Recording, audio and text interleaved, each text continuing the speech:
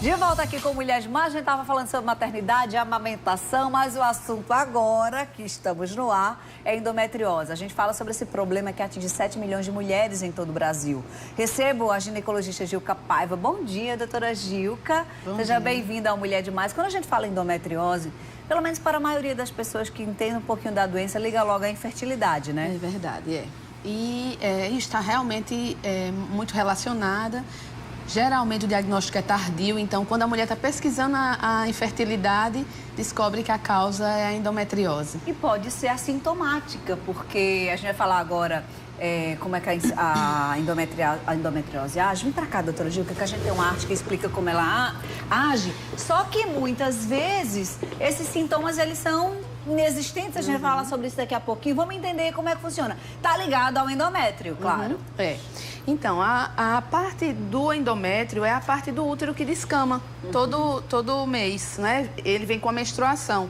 Então, essa parte do endométrio, se ela não tiver só na cavidade endometrial, que é o local dela, ela tiver em ovário, dentro da cavidade abdominal, tiver esse tecido, todo mês que a mulher menstruar, esses tecidos que estão fora da cavidade uterina também vão sangrar.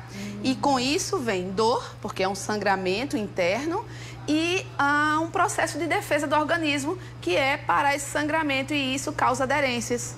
Então, a longo prazo, tem as aderências. Ou seja, nem sempre a endometriose vai acontecer aqui. Pode ter em outros intestinais, por exemplo, né, porque doutora? aqui já não é endometriose, aqui é o endométrio normal. Aí a endometriose é uma patologia do endométrio fora da cavidade uterina. Entendi agora. Então, aconteceu fora, é endometriose. Exatamente. A mais comum é intestinal, doutora?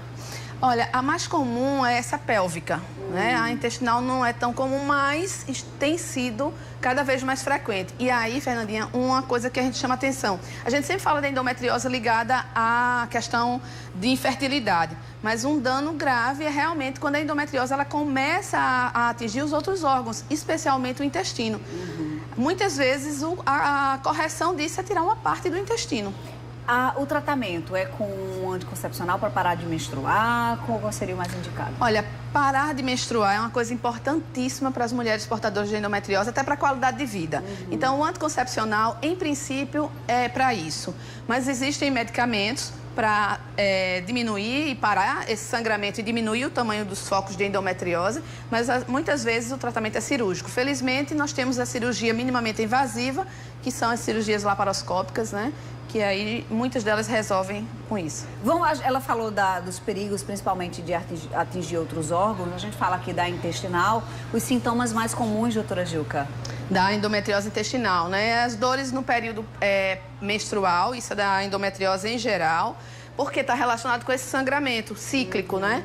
Dores nas relações sexuais com penetração, há uma dor, uma congestão pélvica. Então, tudo que está em contato com a pelvis vai doer, né? Então, dores a urinar, evacuar, especialmente no período menstrual. Então, esses sintomas cíclicos, você precisa alertar que pode ser a endometriose, especialmente em relação à bexiga e em relação ao intestino, estão muito próximos. Sangramento nas fezes também? Nas fezes e na urina.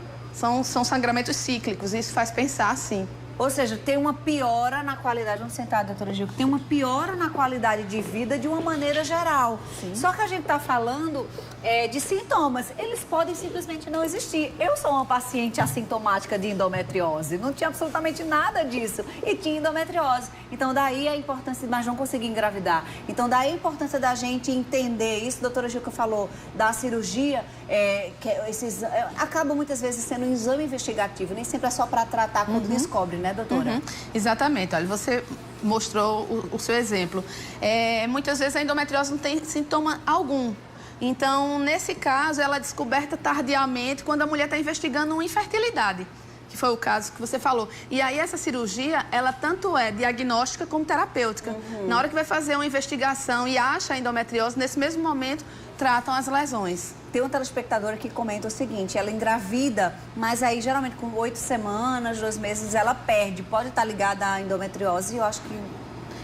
Pode ser, mas é mais provável que, por exemplo, as trombofilias, elas causam mais frequentemente essas perdas, né? Então é bom investigar com um especialista a causa. Outra telespectadora pergunta se tem uma idade para ser acometida por endometriose, mais comum. Não tem. né? Mas é mais frequente o diagnóstico, como a gente falou, tardio. Depois dos 30, 35 anos, a mulher vai tentar engravidar e ela teve a vida inteira uma endometriose em evolução. Então, para essas mulheres, para essas mães, que muitas vezes de adolescentes, né, que estão assistindo o programa hoje, quais seriam os principais alertas para elas começarem a investigar mais cedo a endometriose? A gente falou que tem endometriose que não tem sintomas, mas dor intensa, né? Incapacitante. No período menstrual, é um alerta. Aquela cólica daquela menina que não aguenta ir para a escola, Exato. aquela funcionária que não aguenta ir trabalhar, tem que estar alerta nisso. Exatamente. E aquela ideia de que menstruação é a saúde da mulher, a gente precisa acabar com isso, né? Porque muitas vezes a mãe insiste que a menina menstrue porque é a saúde dela. Não, aí no caso é a doença dela. Então, o corpo está avisando, não está normal, né? Preste atenção aos sinais e procura sempre a opinião de um especialista. Doutora Gilca, obrigada por ter vindo aqui tomar um cafezinho com a gente. Um beijo grande para a senhora. Obrigada, é um prazer estar aqui. Um beijo a você também. Ela estava fazendo um parto, gente, antes de vir pra cá. Tão lindo, né? Esse momento do bebê nascendo. Eu tô toda muito materna ainda. Beijo, obrigada pela audiência. Sucesso é ser feliz. Ser feliz só depende de você. Até amanhã.